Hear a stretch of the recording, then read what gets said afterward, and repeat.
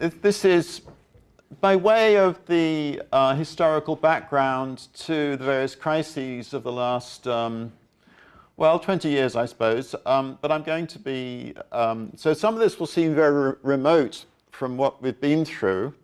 But actually, at the end, I think you'll see that, although it does seem a long way away, that it is all part of the story. So I'm going to start off with the beginnings of monetary policy that go back to the very start of money was a commodity. In the simplest form, it was gold. And banking began in, probably began actually in Spain, possibly in Catalonia, but we never really know. It certainly began in Italy, then it moved over to Italy, the other side of the, bankers would give people a piece of paper saying that they'd received a deposit of so many, for example, pounds or ounces of silver or gold. Now, obviously, honesty requires that when they have issued this paper, that when the people who hold this paper want it to be redeemed, that indeed the banker hands back the same quantity of gold or silver as was deposited. It's obviously the... So the management of banking at this very early stage was all about, if you wish, keeping a fixed exchange rate between paper and gold, paper and silver, paper and the precious metal. And eventually, governments got into banking, governments required finance, there were central banks that were owned by governments, and so on. And so the concept of monetary policy emerged, and the notion of monetary policy was very much in this early stage fixed on monetary policy to keep a fixed exchange rate. Now, in the 16th century, the supply of precious metals increased dramatically because of the Spanish conquest of the New World, and maybe the honest thing for bankers to keep their paper convertible at the fixed rate into the precious metal. But this sudden increase in the quantity of the precious metals meant that the value of the precious metals fell, and the price level in terms of gold and silver increased sharply, particularly, of course, of silver coming from the mines in Peru and Mexico. This then led to some theorizing. What is it that determines the value of money? And the essence of it is, like any, if there's too much money relative to other things, the value of money falls, the value of the precious metal falls. And so you get a number of thinkers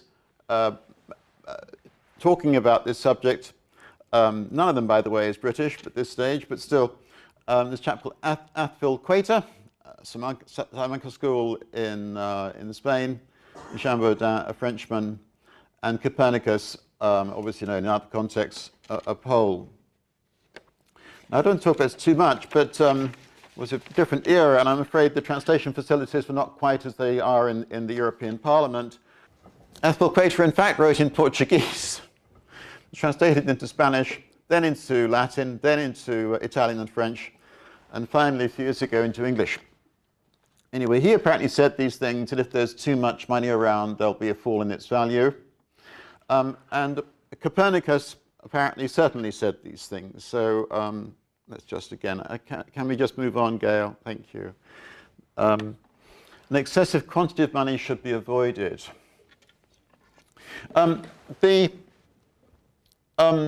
This then hints at another way of conducting monetary policy. To keep the value of money stable, which is the ideal, you have to manage the quantity of money. Okay, so you've got the old way of monetary policy, which is about a fixed exchange rate. You've got this potential method of doing it, which is to manage the quantity of money, which is clearly implied by Copernicus's statement back in 1526.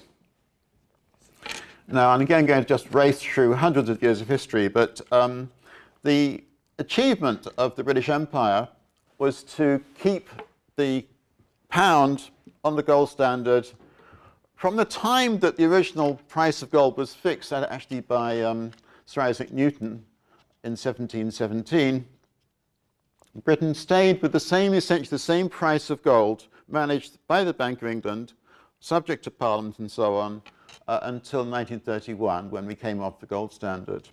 And behind it all was the point that, first of all, it's honest because the paper is being redeemed in the same quantity of the precious metal, and because the growth of the precious metals was relatively slow, this meant also that the price level was, with ups and downs occasionally, relatively stable over periods of centuries. Now this, if you think at the end of the First World War, Britain wanted to go back to the gold standard, and in 1923 Keynes published his book, A Tract on Monetary Reform, which actually, this is the book that said we should stop trying to maintain a fixed exchange rate between our currency, the pound, and gold. Instead, we try to manage our currency. Keynes, in that book, advocated control of bank credit and the quantity of money to keep the price level stable. Of course, the same year, in Germany, they had a hyperinflation, the Weimar hyperinflation. And the result of the hyperinflation was to wipe out the savings of middle classes, and at least arguably, currency instability led to political extremism, and this then was very important to the rise of Nazism and so on. At any rate, again, I hope this works.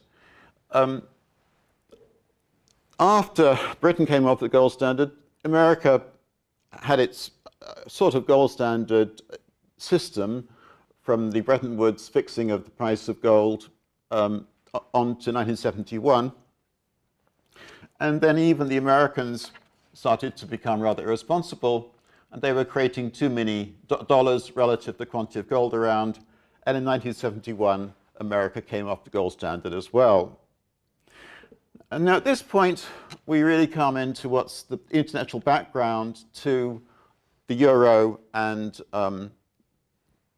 okay, we're coming really to what drove the establishment of the ECB, and obviously the ECB was very much the extension at a European level of the German achievement in achieving relatively good currency after the Second World War.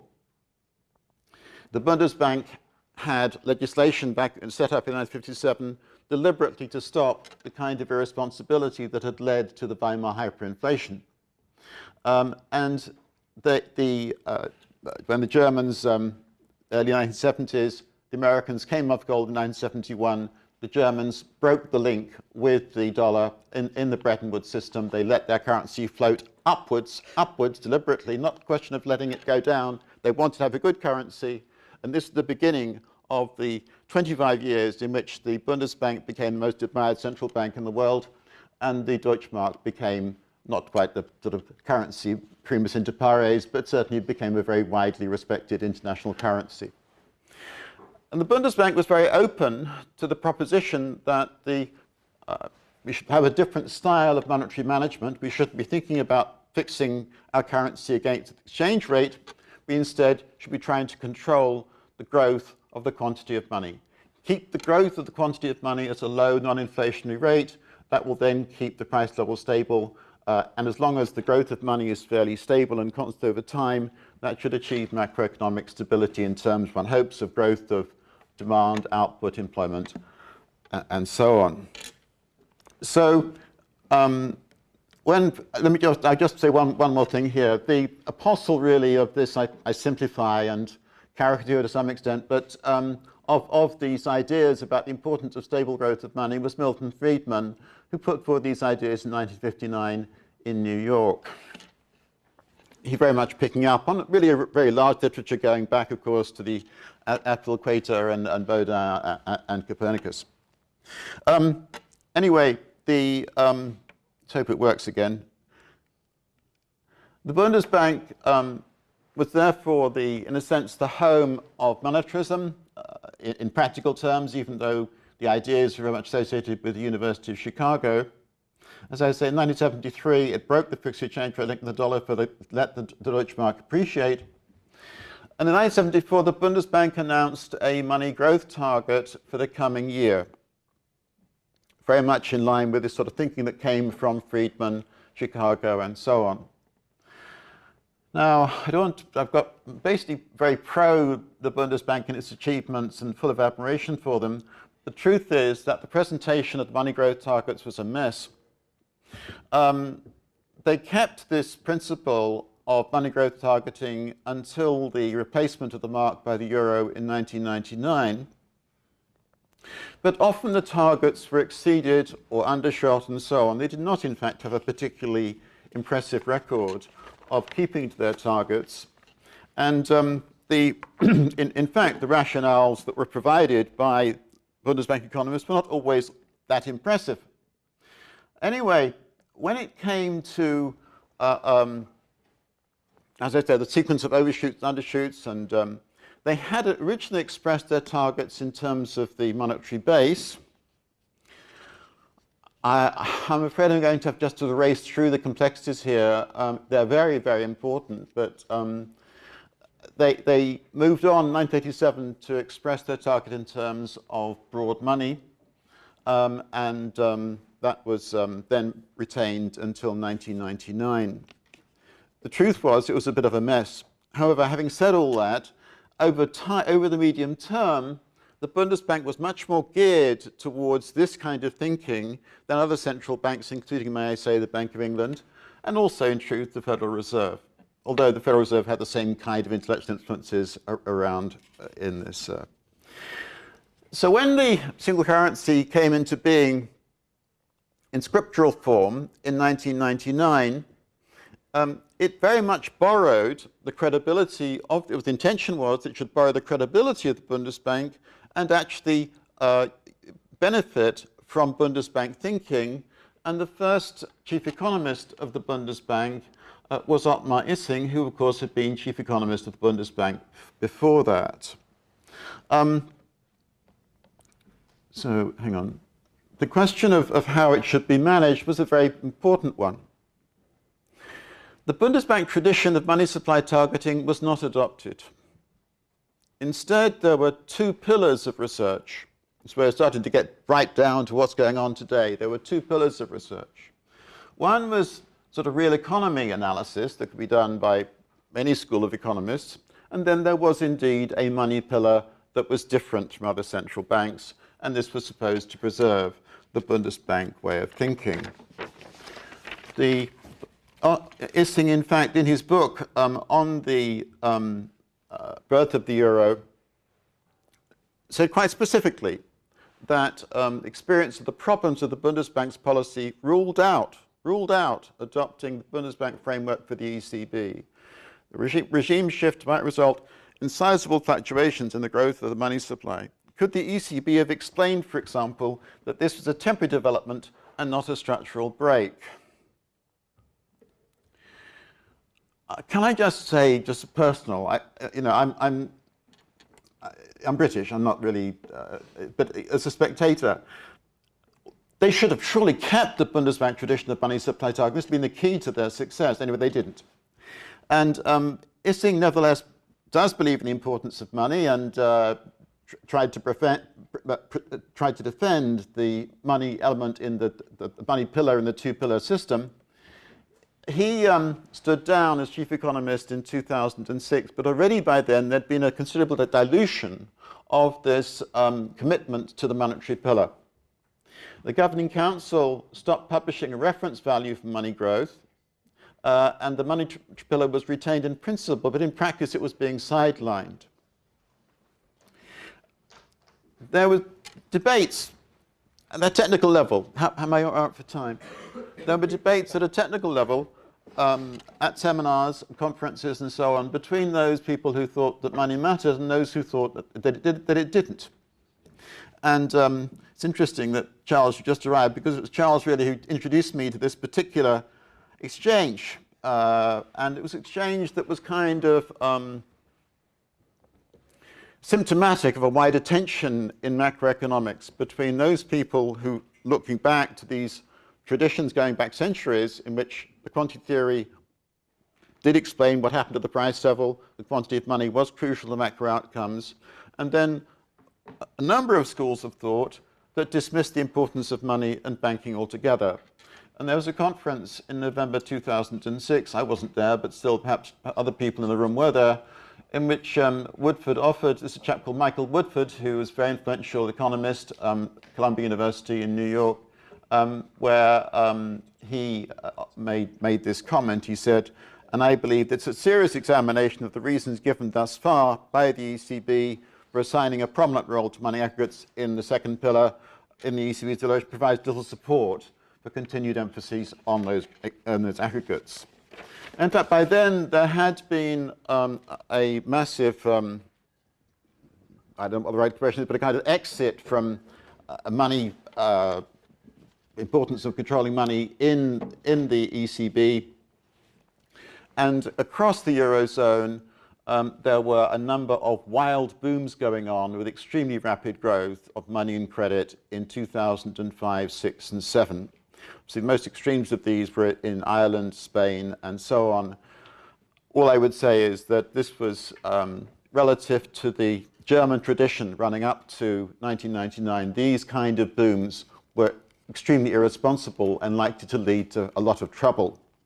And that indeed is what happened. Anyway, today, just to get clear what's happening intellectually, at the intellectual level, money remains very much in retreat. The ECB pays very little attention to the quantity of money in policy making. I know they sometimes say they do pay attention, they don't. They don't, in my view, they don't even understand the subject, but still. And there has been a paper in the June issue of its economic bulletin, which called sort of drivers of underlying inflation in the euro over time. And there was no reference whatsoever in that article to money. Now, I'm going to go for time. Just quickly, all right, okay. Let me now just give you, look, you'll probably gather from what I've been saying that I am a very strong believer in the importance of money to macro outcomes. And I want just now to look at to some extent, the experience of the Eurozone, not, I'm afraid, since 1999, but long enough for us to be able to make some comments. I said this is the growth rate of broad money over the last 15 or so years. You can see, I said that in 2005-06 there were crazy booms going on in Ireland, Spain, to some extent Portugal and Greece, explosively rapid growth rates of bank credit, 25% plus, money a bit less. But you can see these, for the whole Eurozone, the growth of money at annual rate reaching almost rates into the teens, and if you analyze 3-month growth rates, getting almost up to 15% in 2007. Then a collapse. The main reason for that, in my view, was the imposition of higher capital ratios from late 2008, but that's a controversial statement.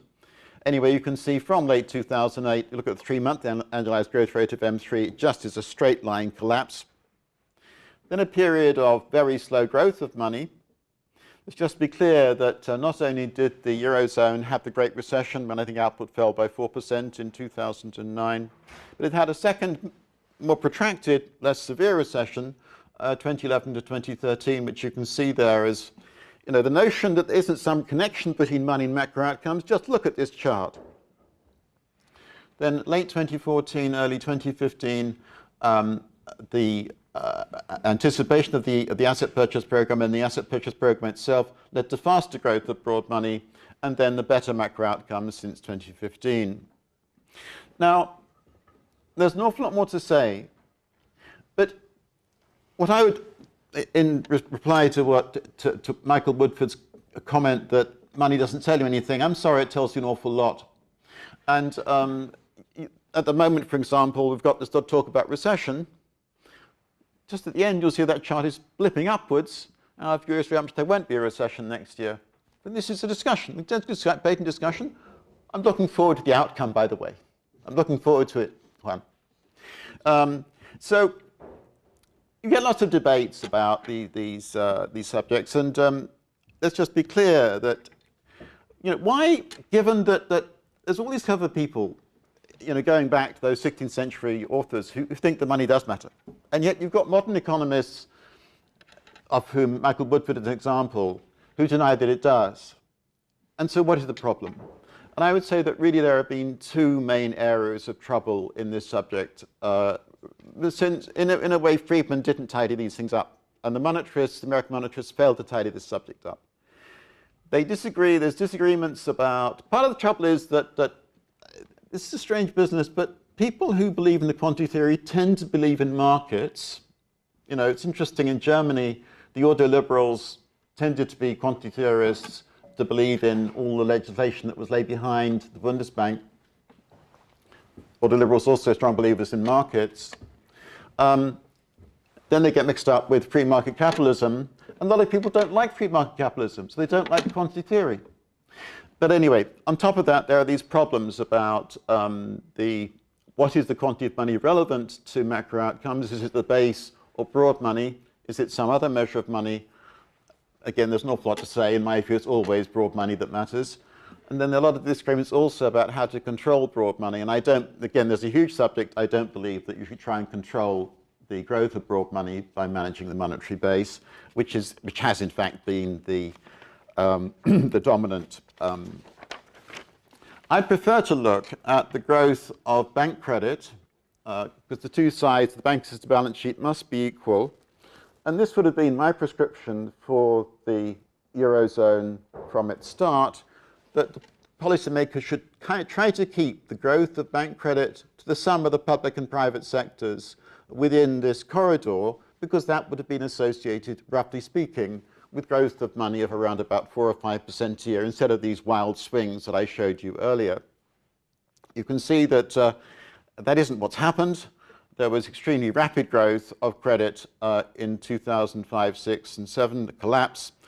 Contraction, by the way, of bank credit in the 2011 to 2014 period. Money balances were still growing then, but that was largely because of money coming in from the rest of the world, external influences on the Eurozone money stock, and then a period, just the last few years, when in fact the credit numbers, the growth of credit and money have been more or less okay. There's been a very sharp contrast within the Eurozone between, I'm sorry, these expressions seem a little bit unkind to some nations.